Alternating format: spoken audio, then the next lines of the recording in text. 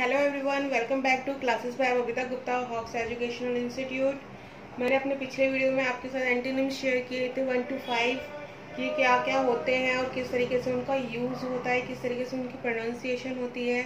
और आज मैं नेक्स्ट 5 एंटोनिम्स आपके साथ शेयर करूँगी।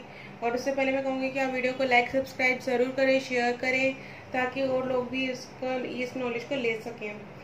तो जो हम ये एंटोनिम्स कर रहे हैं किस लिए कर रहे हैं, क्योंकि जो ग्रामर मैंने आपके साथ शेयर की है, जिसमें मैंने आपके साथ noun, pronoun, articles, sentence, part of speech, ये सब मैंने आपके साथ शेयर किया। तो उसके साथ में वोकैब भी ज़रूरी है। अगर आप कॉम्पिटिटिव एग्जाम्स में पार्ट लेते हैं, आप पीआरटी का एग्जाम देते हैं, टीजीटी का एग्जाम देते हैं, सीटेट का एग्जाम देते हैं, तो क्या है उसमें इंग्लिश का जो पार्ट है वो बहुत ज़रूरी है। उसके लिए वोकैब का होना भी बहुत ज़रूरी है। ग्रामर के साथ साथ वोकैब का होना भी बहुत ज़रूरी है। आपको पता होना चाहिए कि किस तरीके से वर्ड्स आते हैं और क्या उनके मीनिंग्स होते हैं। और वोकैब जितनी पढ़ी जाए उतनी कम है। ये हमारी नॉलेज गेन करने के लिए बहुत ज़रूरी है।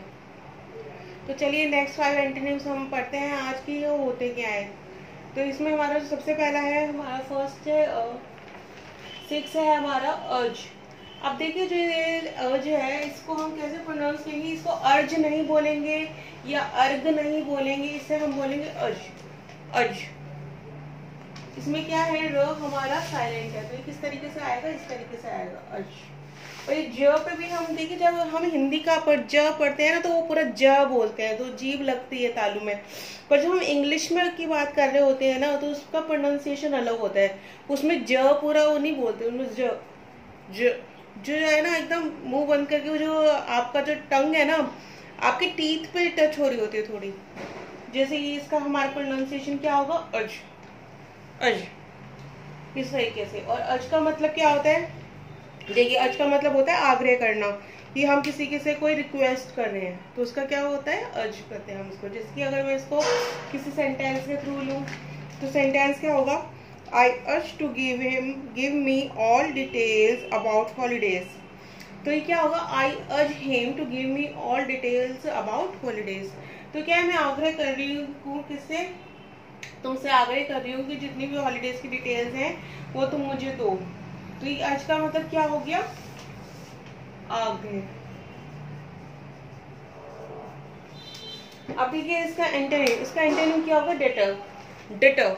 अब र है ना, जो इसमें र के भी पूरा डेटर नहीं आ रहा है, डेटर, ठीक है ना। हाँ, ये आधा र होता है जो आता है, डेटर। तो डेटर का मतलब क्या होता है हमारा, इसमें डेटर का मतलब होता है रोकना, किसी चीज को रोकना। जैसे हमने अर्ज का बड़ा आग्रह, तो ऐसे डेटर का क्या होता है, रोकना, किसी चीज से किसी चीज को रोकना। तो अब देखिए इसका सेंटेंस में किस तरीके से बनेगा, I deter him to do misbehave with anyone. यानी मैं उसको रोकती हूँ क्या, किस लिए, कि मिसबिहेव ना करे वो किसी के भी साथ, ठीक है ना। तो रोकना क्या, डेटर का मतलब क्या हो गया, इसका मतलब क्या हो गया, रोकना, डेटर। तो अर्ज का एंटोनिम क्या हो गया, डेटर। नेक्स्ट हमारा वैकेंट। अब देखिए जो वैकेंट है, वैकेंट का मतलब क्या होता है, खाली, है ना। कोई वैकेंट जैसे रूम होता है, कोई वैकेंट जगह है, कोई वैकेंट हमारा पोस्ट है, तो उसका क्या मतलब होता है, खाली। जैसे हम नॉर्मली बोलते हुए जो वैकेंसी हम बोलते हैं, वो वैकेंसी वो बना हुआ है वर्ड है वैकेंसी, कि वो एक खाली जगह है, ठीक है ना।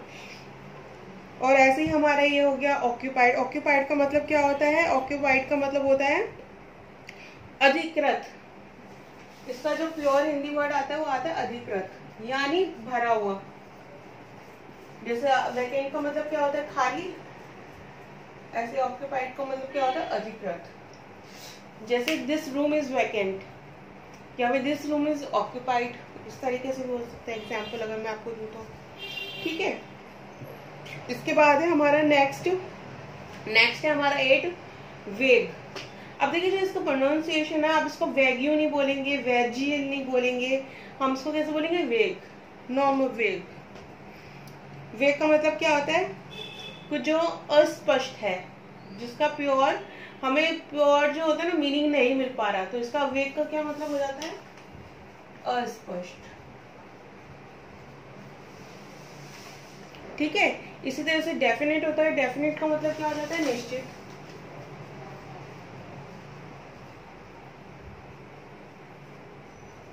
निश्चित, ठीक है। ये होता है वेग का मतलब होता है अस्पष्ट, एंड डेफिनेट का मतलब होता है निश्चित। कि कोई भी चीज अगर अस्पष्ट है, जैसे your what are you talking about vague things, ठीक है ना, तुम क्या बातें कर रहे हो अस्पष्ट चीजों के बारे में, इस तरीके से ये सेंटेंस होता है।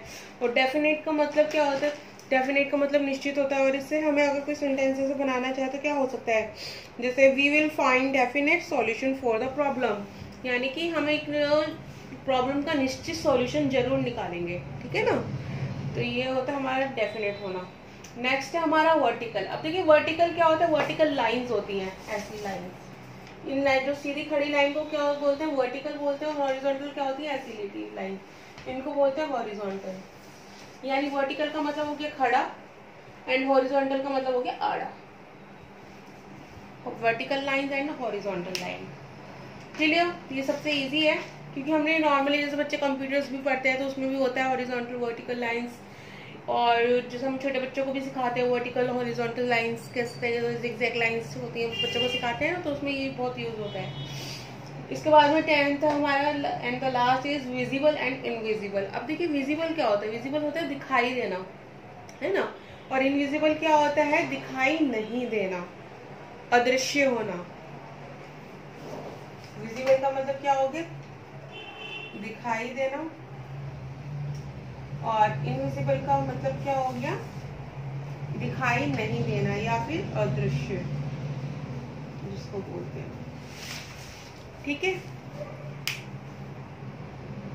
Visible and invisible. अब विजिबल एंड इनविजिबल से अगर हम कोई सेंटेंस अगर लेना चाहे तो किस तरीके से होगा विजिबल का sentence, is it visible to you. जैसे हम छोटे बच्चे के किसी से भी पूछ रहे हैं, मैं अभी बोर्ड पे काम करा रही हूँ और मैं आपसे पूछ रही हूँ is it visible to you, यानी कि आपको ये विजिबल है, आपको दिखाई दे रहा है ये, तो क्या होगा, विजिबल का मैं यूज कर रही हूँ, ठीक है ना। इसी तरीके से इनविजिबल का हम किस तरीके से यूज करते हैं, देखिए फीलिंग्स आर इनविजिबल्स। अब देखिए जो हमारी फीलिंग्स है वो क्या है, इनविजिबल्स है, तो फीलिंग्स आर इनविजिबल्स। तो इस तरीके से आप इनको वर्ड्स को यूज कीजिए, समझिए, पढ़िए और सेंटेंस में फॉर्म में इनका जरूर यूज करें, बना के देखें। आप कमेंट बॉक्स में भी सेंटेंस बना के मुझे सेंड कर सकते हैं, तो इससे आपकी प्रैक्टिस होगी। और देखिए वोकैब बहुत जरूरी है, एंटोनिम्स जरूरी है, सिनोनिम्स जरूरी है हमारे जैसे हम करते हैं। तो क्योंकि कॉम्पिटिटिव एग्जाम में क्या होता है कि पैरा में कोई भी आपको एक वर्ड निकाल के दे देगी, कौन सा वर्ड है जो इससे मैच करता है ना, या फिर किसका सिनोनिम है ये, किसका एंटोनिम है ये, तो इस तरीके से पैराग्राफ में आ जाता है। तो इन वर्ड्स को आप पढ़िए, समझिए। अगर इनसे रिलेटेड कोई भी आपको प्रॉब्लम होती है तो आप कमेंट बॉक्स में लिख सकते हैं, पूछ सकते हैं, उसका मैं आंसर जरूर दूंगी आपको। और जो इससे पहले कि मैंने आपके साथ वीडियो शेयर की है, जो एंटोनिम पार्ट 1 था, ये एंटोनिम्स पार्ट 2 है ये, ठीक है ना। पार्ट 1 मैंने आपके साथ शेयर किया, तो मैं उसका लिंक आपको सेंड कर दूंगी। नाउन, प्रोनाउन, और जो मैंने जितना भी आपके साथ ग्रामर आर्टिकल्स वगैरह शेयर किए हैं उसका भी लिंक मैं आपको डिस्क्रिप्शन बॉक्स में सेंड कर दूंगी। और बाई चांस ऐसा होता है कि अगर कोई लिंक सेंड नहीं हो पाता है डिस्क्रिप्शन बॉक्स में, तो आप हॉक्स एजुकेशनल इंस्टीट्यूट डाल के भी सर्च कर सकते हैं वीडियोस, आपको सारे वीडियोस मिल जाएंगे। तो जो भी आपको उसमें प्रेफर करेंगे, जो भी आप देखना चाहते हैं वो देख सकते हैं। तो ये आज हमारा एंटोनिम पार्ट 2 था, और वीडियो को लाइक सब्सक्राइब जरूर करें। नेक्स्ट वीडियो में सिनोनिम्स लेके आऊंगी मैं कुछ की, सिनोनिम्स किस तरीके से होंगे। तो हमने एंटोनिम्स की बात करी जो अपोजिट वर्ड्स होते हैं, अब सिनोनिम्स किस तरीके से होते हैं वो उनकी बात करूंगी मैं। तो मिलते हैं नेक्स्ट वीडियो में। थैंक यू, धन्यवाद।